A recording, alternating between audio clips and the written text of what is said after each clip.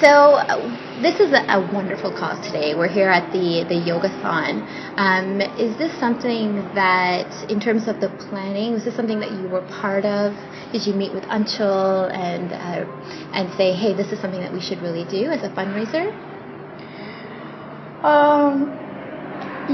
It's funny, but Ritu actually approached South Asian Women's Center, and she had seen an interview that I'd done with TVO on the rape case in India, as well as the women taxi drivers.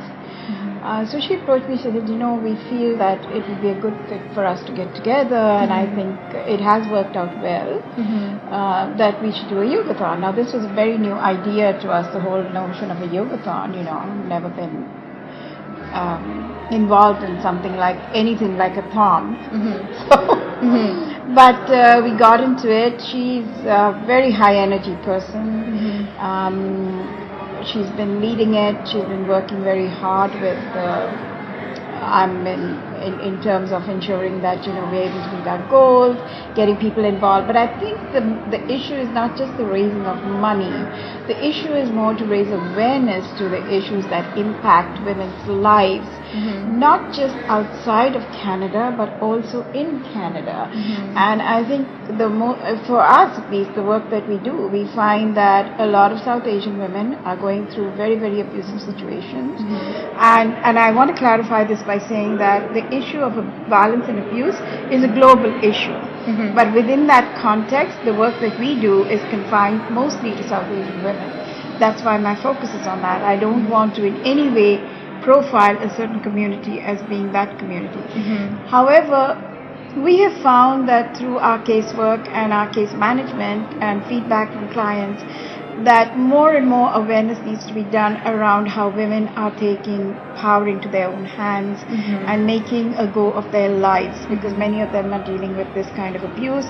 But the issue with abuse in the communities, in immigrant communities now, is also related to immigration issues. It's violence and immigration somehow, immigration law and violence and family law is now becoming more and more entwined. And I think that has become a very complex challenge. And so we've had a lot of staff trainings, but we've also done a lot of training with the women who come to the center, our clients, etc., to make sure that they understand. And with that in mind, we have two major projects that are going on. One is a project that is called Forced Marriage is a Form of Human Trafficking. Because many women will say this is an arranged marriage, but they don't really understand that in fact, it's through the question that we find out it is a forced marriage. And why do we call it human trafficking? Because a woman has been actually physically transported to another country where she faces isolation, where she faces a financial breakdown, physical, mental and emotional abuse, all of those issues. We also are doing another project which is to remove the word honor from violence. That somehow honor and violence don't go together, because it not only profiles communities, but it also trivializes the whole issue around violence by allowing men to be, to somehow associate that term with men as if they're the protectors of women and their honor. So I think it's these two. And then we have a little bit of money from the Canadian Women's Foundation for a domestic violence coordinator who actually works with the courts, etc., takes women to the courts. So last year, like I said, we saw 659 cases of abuse, and I think I'm actually minimizing the work the women do to see many more women. Actually, we can say that 1 out of every 2 women is indicating that there is some level of abuse in the family, whether it's a senior woman, whether it's a young woman, whether it's a woman who's just been married and come into this country. So these are huge issues for us, and we want to thank the We Are Your Sisters for doing this campaign for us. Do you find that that's part of an issue as well in our community, in the South Asian community, for women to feel comfortable enough to open up about violence? Absolutely. It takes at least 2 or 3 times before a woman is able to speak about these issues. When she comes to the center, usually she'll say, I want to volunteer.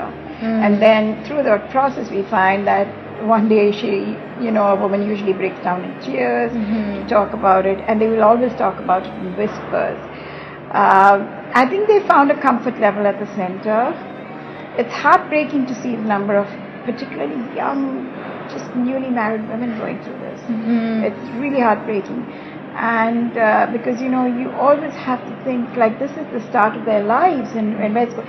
But I think for us the most important thing is how do you empower women in these situations to become powerful tools of change, not only in their own lives, but to be able to change another woman's life. If every woman can change one woman, that is what we want to do at the center. And that is the goal, that we can build a very powerful South Asian women's community here that can actually take things into their own hands. But not only do men need to change, it's also not only do women need to change, but it's also men and young boys, because they're raised and they're socialized to believe somehow that they are the protectors of a woman's honor and a woman's life.